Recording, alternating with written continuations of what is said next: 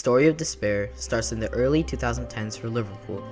Liverpool manager Rafa Benitez was shown the door after finishing 7th in the Premier League and failing to get into a European competition, but the problems go way beyond that.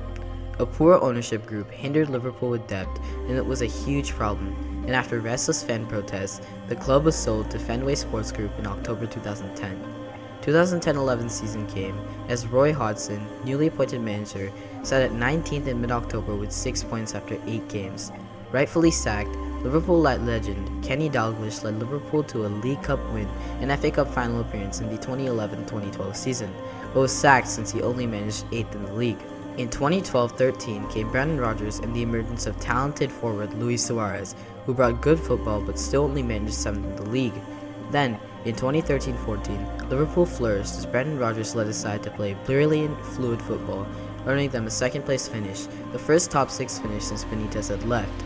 Liverpool had scored over 100 goals that season, but had conceded 50. A year later though, Liverpool finished 6th and had been knocked out of the Champions League group stage and then the Europa League round of 32. Rodgers continued for a portion of the 2015-16 season, before being replaced by none other than Jurgen Klopp. Director of Research Ian Graham studied the German and gathered data proving that he was the ideal replacement based off of performances for his Dortmund side. His demeanor and intensity as a coach was appealing to Liverpool as well. Big up Ian Graham. Jurgen Klopp re-established his side and led them to a Europa League final appearance in 2016.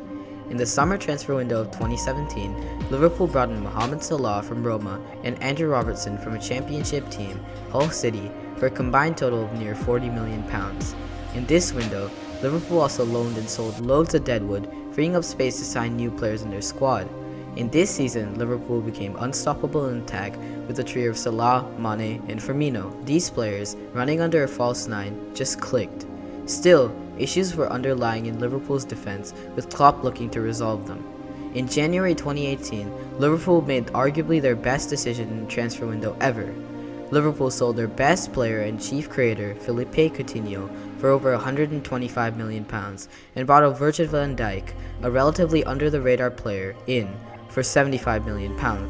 Liverpool were the laughingstock in the nation for this transfer, but Van Dijk had everything Liverpool needed in a defender, a big, bold player with a solid mentality. With this extra money from the sale of Philippe Coutinho, who never found his footing at Barca, Liverpool were able to add a world-class goalkeeper in Alisson to their inventory, as well as experienced midfielders Keita and Fabinho, which enabled Liverpool to play the fluid football that they play today.